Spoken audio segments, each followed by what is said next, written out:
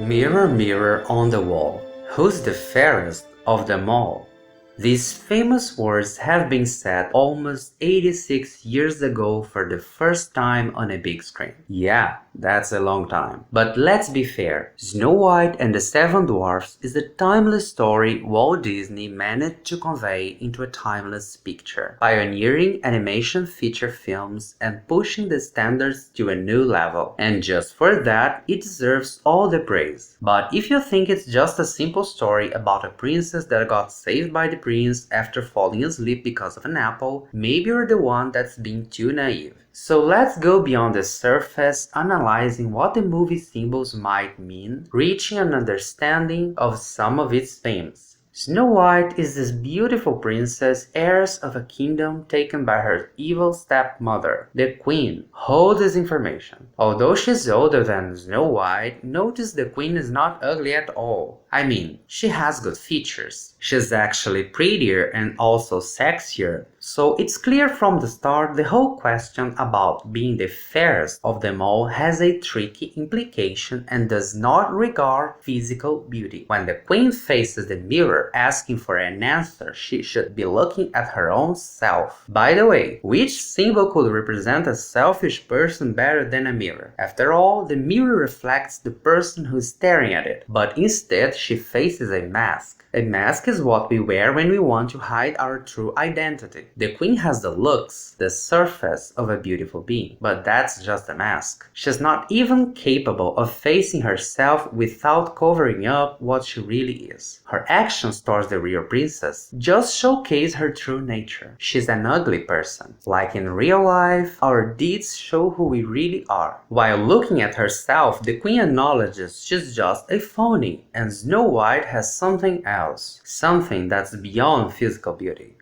Snow White has charisma, a good nature. Therefore, as the envious person the Queen is, incapable of looking at her own self, she chooses to blame Snow White. Getting rid of what's confronting her is the easiest way to solve the problem. After all, she's not really looking for the truth in the mirror. She's just looking for an excuse to blame someone else, and that's the reason why she didn't want to take off that mask. Now it's time for the tough question. Have you ever considered the fact you might be the evil queen in the story of your life?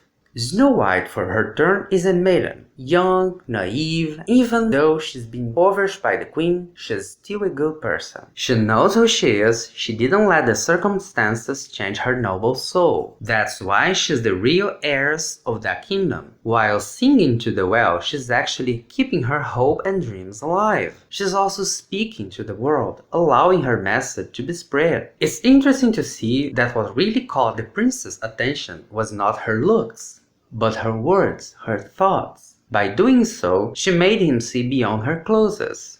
And of course, the Queen got mad at it. She commands the huntsman to rip Snow White's heart off her chest, bringing it in a box, which reinforces the idea that the Queen wants to get rid of the core, the soul, the spirit of Snow White, because that's what she's really envious about. Snow White is then taken to a forest to be killed by the huntsman. Even though threatened by the Queen, he can't kill the princess, showcasing again that the nature of Snow White is her shield. Now comes the first challenge. She faces evil for the first time, realizing her stepmother is bad. She's afraid. Notice her world turns upside down. That dark force clearly is a metaphor for her mind state. After that grim sequence, she realizes being afraid, although natural, is not the answer. So she pulls herself together and decides to look for a shelter, which she finds in the dwarf's house. It's very interesting. The dwarfs represent different emotions, mind states, virtues, or sins. So I think when the princess is cleaning up this new home and organizing it, she's actually dealing with her own mind in order to grow up as a person and understand the world around her. Eventually, the Queen comes back for the final confrontation.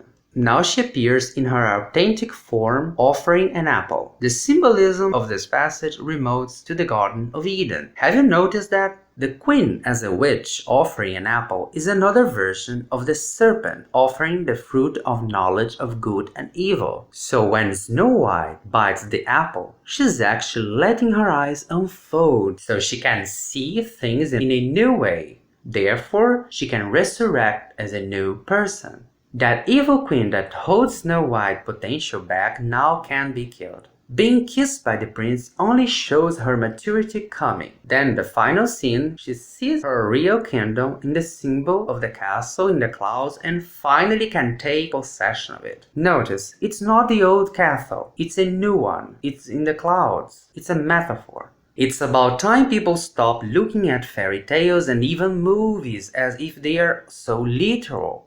No!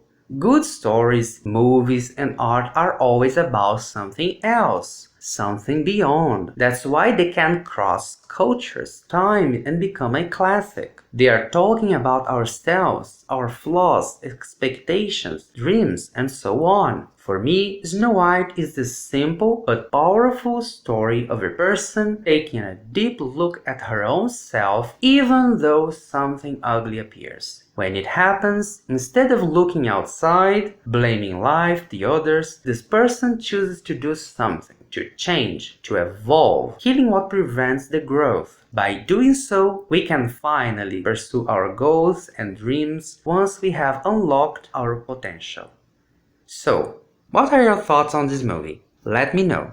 Thank you very much. See you next time.